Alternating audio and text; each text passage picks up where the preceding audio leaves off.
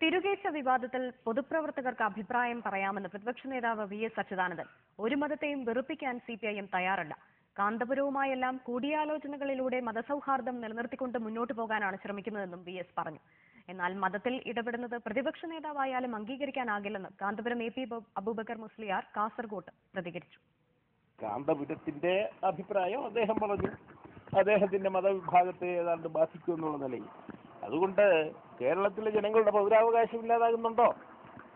ഇല്ലാതാകുന്നില്ല.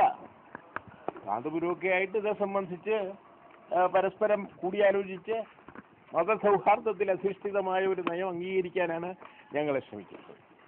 ആരെങ്കിലും മതവിഭാഗത്തെ വെറുപ്പിക്കാൻ ഞങ്ങൾ ഉദ്ദേശിക്കുന്നില്ല. ഏത് നേതാവായാലും, പ്രതിപക്ഷ നേതാവായാലും, ഇനി ഭരണപക്ഷ നേതാവായാലും, വേറെ അതിൽ വലിയ നേതാവായാലും ആര് പറഞ്ഞാലും വിഷയം ഒന്ന് തന്നെ. അത് മതകാര്യത്തിൽ ഇടപെടാൻ രാഷ്ട്രീയക്കാർക്ക് അധികാരം ഇല്ല. മതപണ്ഡിതന്മാരാണ് അക്കാര്യം പറയേണ്ടത്. ഇത് ഇന്നലെ പറഞ്ഞാണ്, അത് ഇന്നും അത് തന്നെ. തിരുകേശ വിവാദത്തിൽ പൊതുസമൂഹത്തിന് പ്രതികരിക്കാൻ അവകാശമുണ്ടെന്ന് ജമാഅത്തെ ഇസ്ലാമി അമീർ ടി ആരിഫ് അലി. വിവാദത്തിന് പിന്നിൽ സാമ്രാജ്യത്വ ശക്തികളുടെ ഗൂഢാലോചനയുണ്ടോ എന്ന് പരിശോധിക്കണം. വിവാദം കൈകാര്യം ചെയ്യുന്നതിൽ സൂക്ഷ്മത പാലിക്കണമായിരുന്നുവെന്നും ആരിഫ് അലി കോഴിക്കോട്ട് പറഞ്ഞു.